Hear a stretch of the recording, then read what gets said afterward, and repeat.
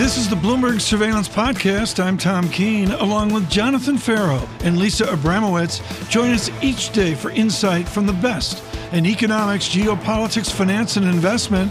Subscribe to Bloomberg Surveillance on Demand on Apple, Spotify, and anywhere you get your podcasts, and always on Bloomberg.com, the Bloomberg Terminal, and the Bloomberg Business app. Jeffrey Rosenberg, Portfolio Manager, Systematic Multi-Strategy Fund at BlackRock. I don't know which way this is going to cut. You know, Jeff, we talked to Steve Major of HSBC at Bloomberg today, and there's this whole idea of, okay, we've had this move. Now, which way does it cut? Are you betting here on a direction in the yield market, particularly off a quiescent jobs report? Yeah, Tom, I think when you look at this report, there are some mixed comments, as Jonathan was just talking about, between the wages. But the headline is really a story of gradual labor market normalization. And gradual labor market normalization basically continues the market expectation that the hike of the last meeting was the last hike. And that's the big change in the yield market outlook, is that we're seeing the effects of normalization in the labor market. Yes, wages will follow, maybe not. That remains the uncertainty. But you look at the ECI report, you look at some of the other broader reports, what do they show you? They show a gradual slowing in wage inflation. And so that feeds into this narrative that the Fed can be done, they can wait. And so for the yield outlook, it's really about the shape of the curve. What we saw this week, the steepening, and I think that remains to be the message that's our main focus in terms of our position. In your broad mandate, which spread gives you the most information right now? Which comparison of two yields gives you the most information? You can look at lots of different measures. We tend to like the five-year forward. It's a nice measure. It captures both the level and the shape of the curve, and it's moving. And we've seen a significant move this week, and for good reason. The back end of the curve is definitely a bit more challenged when you look at historic levels of five-year forward. If you look at, I think you're showing here we look at the 2s10 spread. And I think that's really where the market pricing is a little bit vulnerable. When we look at all of the information that we saw come out this week, and away from kind of the monetary policy focus, it's really about fiscal policy. We had the refunding announcement, and you see very, very compressed term premium, both in real and inflationary space. And that's, I think, the vulnerability that we're looking at. Jeff, I have to go back to something that you're saying, that what people are assuming is the Fed is done. They're not going to raise rates more. And that's what you're seeing today, where there's a little bit of a move at the front end. But really the move that you're seeing is at the 10-year yield once again reaching 4.2%, the highest levels going back to November. This is the key question. Is the Fed going to take their foot off the brake at a time when we're still seeing wages go up? Is that basically the assumption of markets now looking at a Fed comfortable with 3% inflation over a longer period of time and not needing to get down to 2% so quickly? Well, it's a really good question, Lisa. What does taking the foot off the brake mean? Does it mean not doing another hike that they signaled last meeting, 2 meetings ago? Or does it mean just simply leaving rates unchanged? Or does it mean, as the bond market is anticipating, that they move to cutting interest rates? And I think as we progress this debate, we're going to increasingly talk not about the next Fed hike, but how much inflation decline, if we continue to see that decline, how much inflation decline do you need to see before the Fed has to start cutting rates? Because as inflation declines and the Fed stays pat, real interest rates, the real Fed funds rate, which is the transmission mechanism for monetary policy, that begins to actually increase. So how much actual breaking does the Fed tolerate, not by their action, but by further declines in interest rates? And that's going to be the metric that Powell is really telling you about in the press conference from last week. That was really the story, is that as inflation comes down, their policy gets tighter. And how willing are they going to be to see that tightening in policy. Again, this is all predicated on this expectation that we'll continue to see further declines in inflation. And obviously, if that changes, the whole story changes. But that is kind of the natural breaking that occurs without the Fed having to do anything. Just quickly here, Jeff, it seems like there's been a narrative shift over the past couple of weeks where higher for longer is more acceptable, as well as a soft landing type of scenario. How much are you leaning into this and adjusting your expectation of yields being higher for longer, but also risk assets continuing to chug along in the meantime? Yeah, I mean, part of the problem with adjusting too much is that the market pricing for so many risky assets is already there. So when you look at, is there a lot of opportunity in credit markets, for example, for the soft landing being realized? You see that you're pricing in many cases mid-expansion type levels for expectations. You know, you look at the high yield bond market, for example, it has been on a tightening tear. It has never really reflected the same degree of recession fears and recession probabilities that you see, say, the consensus economics profession now, moving away from, pushing down recession probabilities. You never really had that priced into the credit markets. This huge disconnect between, the SLOOS, the credit indications in the surveys and what's priced in the market. So there is an opportunity. It's really about carry rather than price appreciation, because a lot of that price appreciation already happened off of the November lows of last year. Jeff Rosenberg, thank you so much with BlackRock this morning.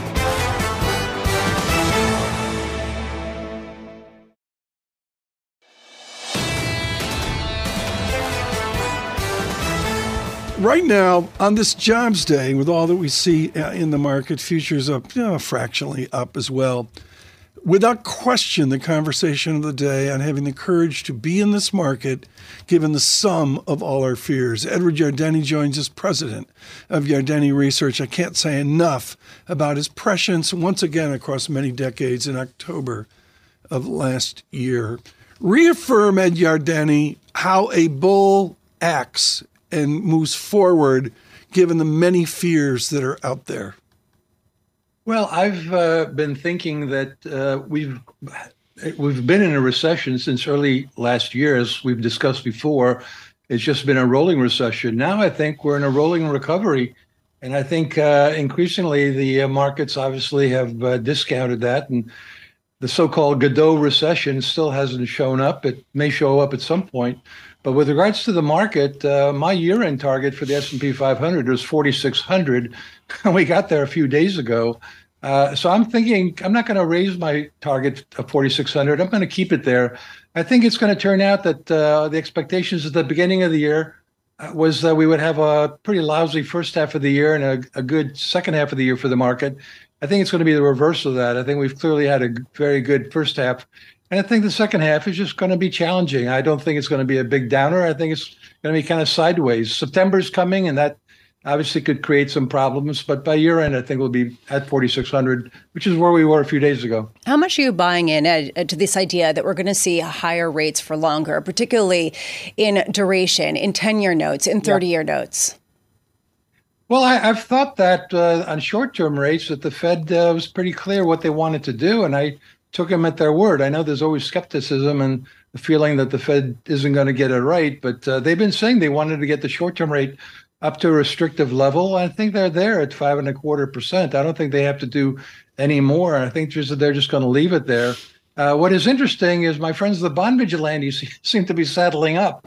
And I thought we'd hold around 4%, but here we are back at the November high of 4.2%. So it's looking a little dicey on the bond side. And I think suddenly we have to take into consideration that while the Fitch rating agencies downgraded the U.S. government debt was sort of the event that focused everybody back on the deficit, the fact of the matter is we've all known that the deficit is a problem. We've known that fiscal policy is profligate. It's just the market cares about it now. So if the market cares about it, I've got to care about it. At a certain point, Ed, when does the higher rate structure at the long end, at the 10-year, at the 30-year end, not on the short end, threaten your bull thesis? Well, I think that it already has done its damage in the one area where the rolling recession has hit, and that's in housing. But even there, as we've seen of late, the housing market's holding up pretty well, at least in terms of prices, and there really is a shortage. The real issue is the consumer. Will higher long-term rates knock down the consumer? And I don't think that's necessarily the case at this point. The consumer obviously depends on a certain amount of consumer debt, but the key is employment, the key is wages. And while employment weakens somewhat, it can always be revised one way or the other. We know that the wage number at 4.4% well exceeded well, let's make it 0.4 because we're doing month to month. So 0.4, we know that it exceeded the CPI. And so real wages are increasing, and consumers have a lot of wealth in their houses. The baby boomers have a lot of wealth.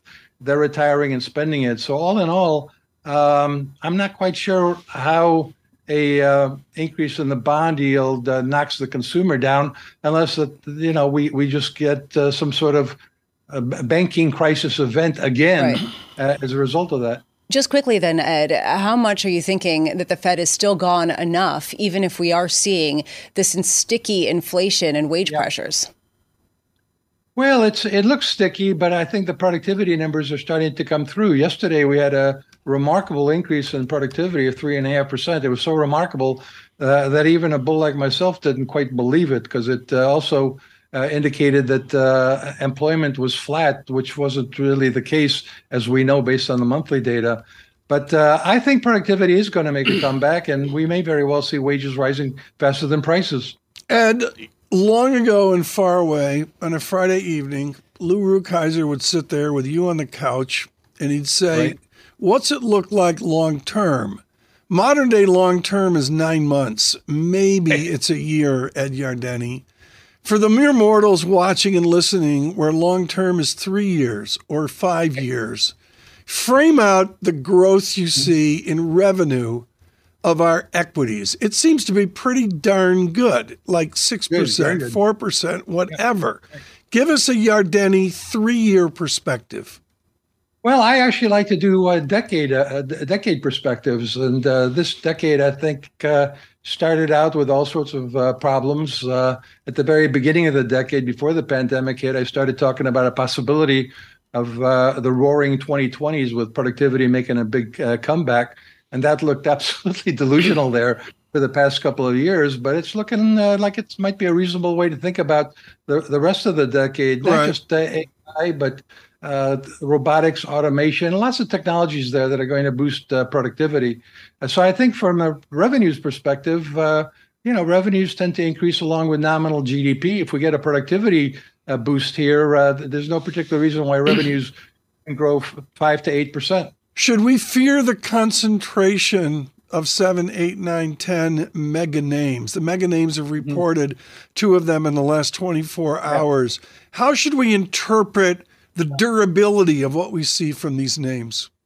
Well, first and foremost, I personally try not to get too emotional about the markets. I mean, it's easy to say and hard to do, and I do go on the same roller coaster as everybody else. But if you try to control your emotions, you just have to deal with the facts.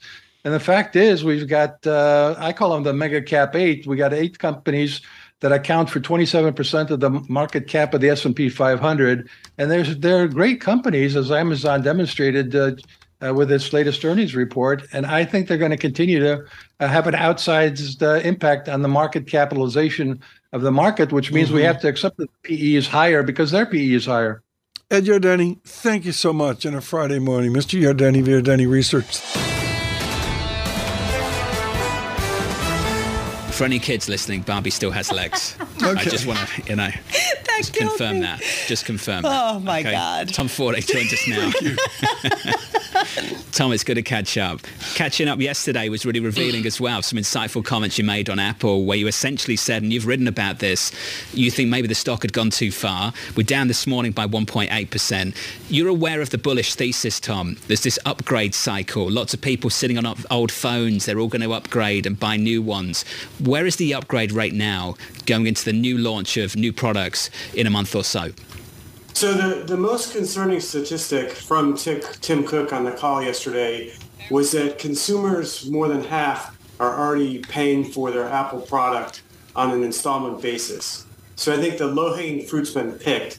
to the extent that that was the opportunity for Apple to get you to go from buying your iPhone or having your iPhone essentially fully subsidized by the carrier to now having the consumer pay for it on an installment basis, often with no interest. And I also am concerned that the carriers are going to subsidize the 15 to a lesser degree than the 14 or 13. Yes, they want more consumers on their 5G networks where they've invested billions, but their times are tough too right now. So the comments on the iPhone are concerning, right. And I think that's what's weighing the stock. Tom, away from your neutral call and to go to the Apple fanboys and all that, the bottom line is it's an ugly June, ugly July. It happens every year. We have to wait for September. Somebody with a black turtleneck walks out on stage and tells us the second coming of Apple, and OMG, the stock goes up. Why is that going to be different this time? It's going to be different this time because I think that they just told us that the September quarter, where they're going to tell us about this new wonderful iPhone, is going to have negative revenue growth. And that while the iPhone will have an improvement from the negative 2.4% it did in the June quarter, it'll likely be negative as well. So yes, they'll be touting every new feature on the iPhone, but the comments they made about the financial impact are pretty disappointing. The Open Prayer Services picks it up and crosses. How far out do you go where services catches up and advances and overcomes iPhone dynamics? Is it a 3-year lookout? Is it out 10 years? How far out is that magic point where services become really important? So the math suggests probably more like 5 years when you think of the relative growth rate of services to everything else. But if you look at the quarter, hardware was down, iPhones were down, iPads were down, laptops were down, services was up. That's great news. And I do believe over the long term, Apple as a service is a real possibility. You pay $200 a month, you get the latest and greatest iPhone, you probably get Apple TV and other things, and then you're not thinking about the fact that you're essentially paying $2,000 for that new iPhone. You're just thinking about the $200 a month and getting the latest and greatest iPhone. I think that that's the opportunity long term, but mathematically, I think it's more than 5 years out before services is more than half revenue. So, Tom, you did decrease your price target for Apple, but you increased your price target for Amazon after they delivered much better than expected results. And suddenly everyone's heralding Andy Jassy as the hero of Wall Street. How long can this be the case for him to keep cutting and keep beating on the top and bottom lines across the board? My best answer right now is that this is 12 months. So they just had their good June quarter, their good outlook for the September quarter. They'll have a good December quarter and a good March quarter. I am very concerned that at some point reality sets in. And to the extent that these cost cuts are making them less customer-centric, that's going to slow the flywheel, price, convenience, selection. So I think the next 12 months, they're good. Day one of the next year, I'm concerned. Some people might argue that the cloud business is going to take over all. It has done the heavy lifting for all the profitability of this company, and it showed signs of picking back up. There will be questions about whether it's gaining market share versus Microsoft's Azure. How long can that really be the main flag bearer for the company? I mean, is that enough to really offset what you see down the line on the customer service side in the sort of retail side of things? The answer is not long enough. So we're cheering a 12.2% growth rate compared to a 15.8% growth rate when they reported the March quarter, though it is better than the 10.8 they suggested in the month of April. That's the slowest growth rate since AWS was launched in 2006. Andy Jassy's bragging about double-digit growth as if it's not going to be sustained. So a lack of double-digit growth for one of their most important profit centers is hugely problematic, especially given the current state of their e-commerce business. Amazon collectively needs something like $3.4 billion for an incremental basis point or a percentage point of revenue growth. They're going to need advertising. They're going to need video. They're going to need healthcare. They're going to need something else to come in to take the baton from AWS over the long term. Tom, can you describe how service on the e-commerce side has deteriorated over the last year? Yes. So the best example is anecdotal. So I had a defective smoke alarm that I purchased on Amazon. Not that long ago, they would say, we're sorry it's defective, we'll send you a replacement, put the old one on your porch and UPS will pick it up for free. Now they want $7.99 for UPS to pick it up, or they want me to go to Whole Foods, wait in line at Whole Foods to return it. So that to me is one example. What's going to happen is I'm going to start thinking more about going to Target. I'm going to think more about going to Walmart, to Costco, to other retailers. And I think that's hugely concerning for Amazon, something I'm monitoring closely. It's anecdotal, but I hear the same thing from so many people. Tom Forte of D.A. Davidson, great call on Apple going into the earnings.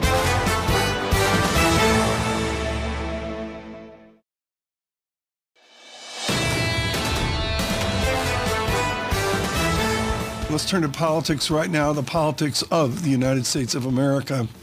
We do this so much for our international audience. Wendy Schiller has advised us with Brown University, the Taubman Center for American Politics. Wendy, I want to go to the word cumulative. We're using it in economics now in the Fed. We have cumulative indictments. What is the difference between this single event of yesterday and the fact there's been one, there's been two, there's been three, and dare I say there could be four? What's the difference, the distinction?